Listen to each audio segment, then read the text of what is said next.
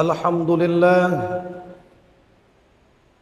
لله الذي هدانا لهذا وما كنا لنهتدي لولا أن هدانا الله لا حول ولا قوة إلا بالله أشهد أن لا إله إلا الله وحده لا شريك له وأشهد أن محمدًا عبده ورسوله الذي لا نبي بعده اللهم صل وسلم على سيدنا محمد مفتاح باب رحمة الله عدد ما في علم الله صلاة وسلاما دائمين بدوام ملك الله وعلى آله وصحبه أجمعين أما بعد فيا عباد الله أوصيكم ونفسي بتقوى الله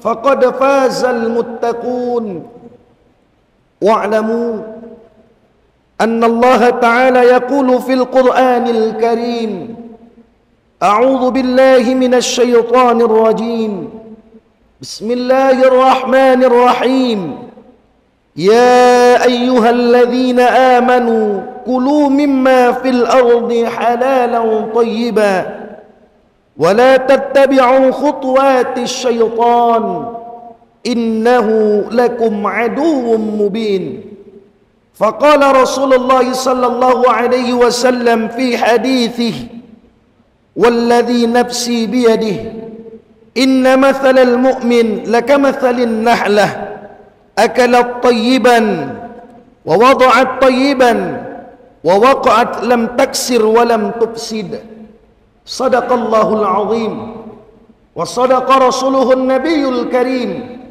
ونحن على ذلك من الشاهدين والشاكرين والحمد لله رب العالمين. Segenap orang-orang tua kami, tuan-tuan guru, sidang jamaah Jumat yang dirahmati Allah Ta'ala, mari sama kita tingkatkan takwa kita, ibadah dan kedekatan diri kita hanya kepada Allah. Karena Allah berjanji di dalam Al-Quran, wa may yattaqillaha yaj'al lahu makhraja. Siapapun yang berusaha dekat dengan Allah, mengabdikan dirinya untuk Allah, patuh kepada surah Allah, berpantang dengan apa yang Allah larang, maka di setiap kesulitan hidup yang dia hadapi akan ada jalan keluar yang Allah bentangkan. Wa yarzuqhu min haitsu la yahtasib.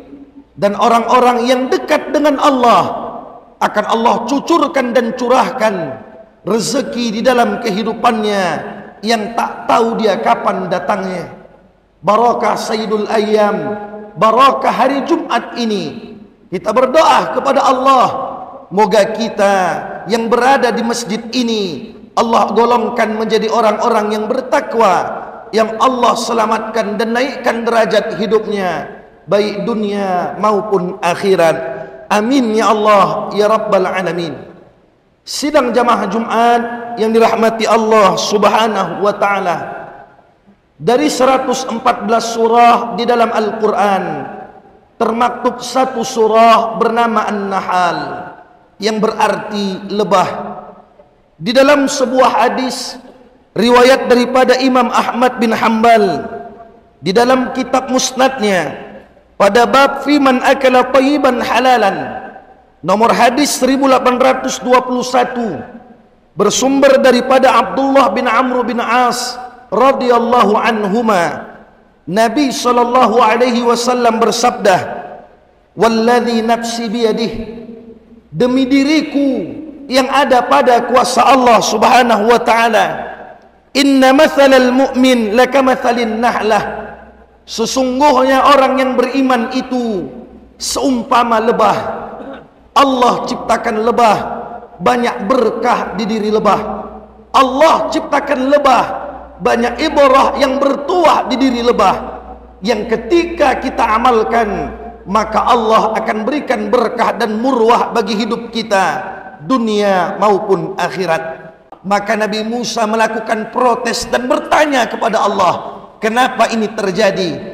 Fa'auhallahu ta'ala ila Musa maka Allah wahyukan kepada Nabi Musa, ya Musa, wahai Musa, lau baka hatta talafat nafsahu, walau sahabatmu itu, walau hambaku itu, dia beribadah menangis sampai pingsan, wa rafa'a yadahu hatta balagha ananas sama, dia berdoa sampai menyentuh langit tangannya memohon kepada Allah, wa mastajabtulah, maka tak akan pernah aku kabulkan doanya, aku terima amal ibadahnya. Nabi Musa tanya, lam dzalik, kenapa itu terjadi wahai Allah? Maka Allah firmankan, li'anna fi batnihil haram, sungguh Musa perutnya menumpuk makanan dan minuman yang haram beramal kepadaku.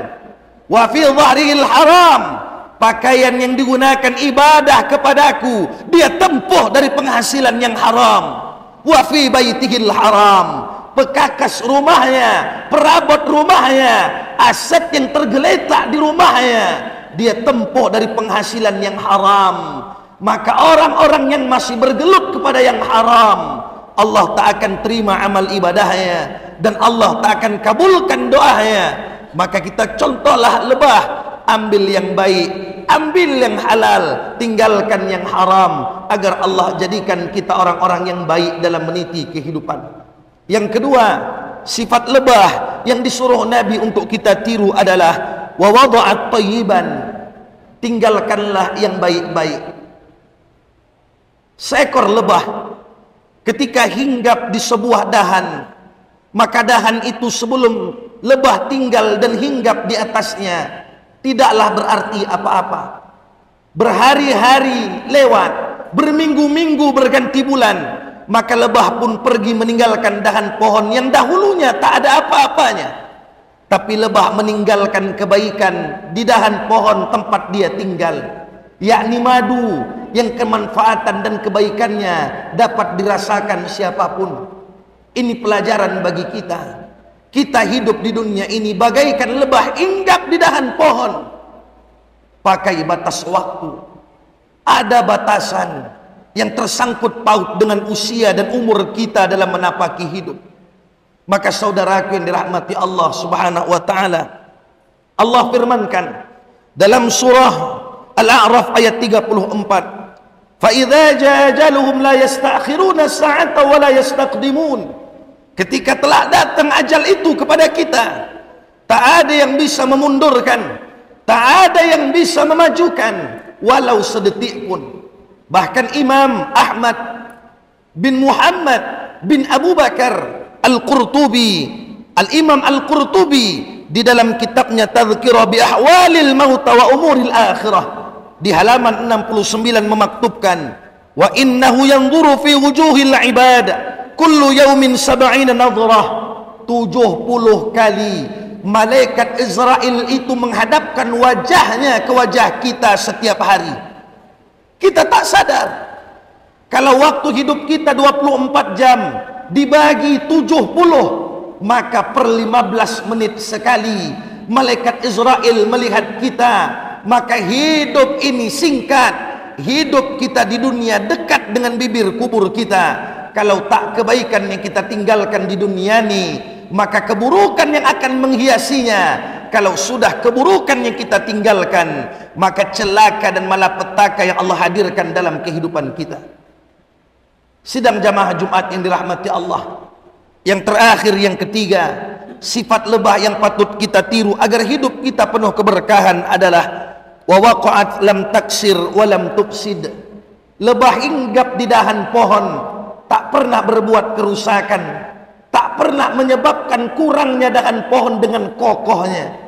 Maka kita hidup di dunia ini, selama Allah berikan kesempatan hidup, jangan pernah berbuat kerusakan dalam menapaki hidup. Allah firmankan dalam surah Ar-Rum ayat 41, "Zaharul fasadu fil barri wal bahr bima kasabat aydin nas liyudhiqahum ba'dalladzi 'amilu la'allahum yarji'un." Telah tampak kerusakan di darat maupun di lautan disebabkan ulah tangan manusia, akan kami timpakan musibah dan bencana kepada mereka guna mengingatkan mereka agar kembali kepada Allah Ta'ala.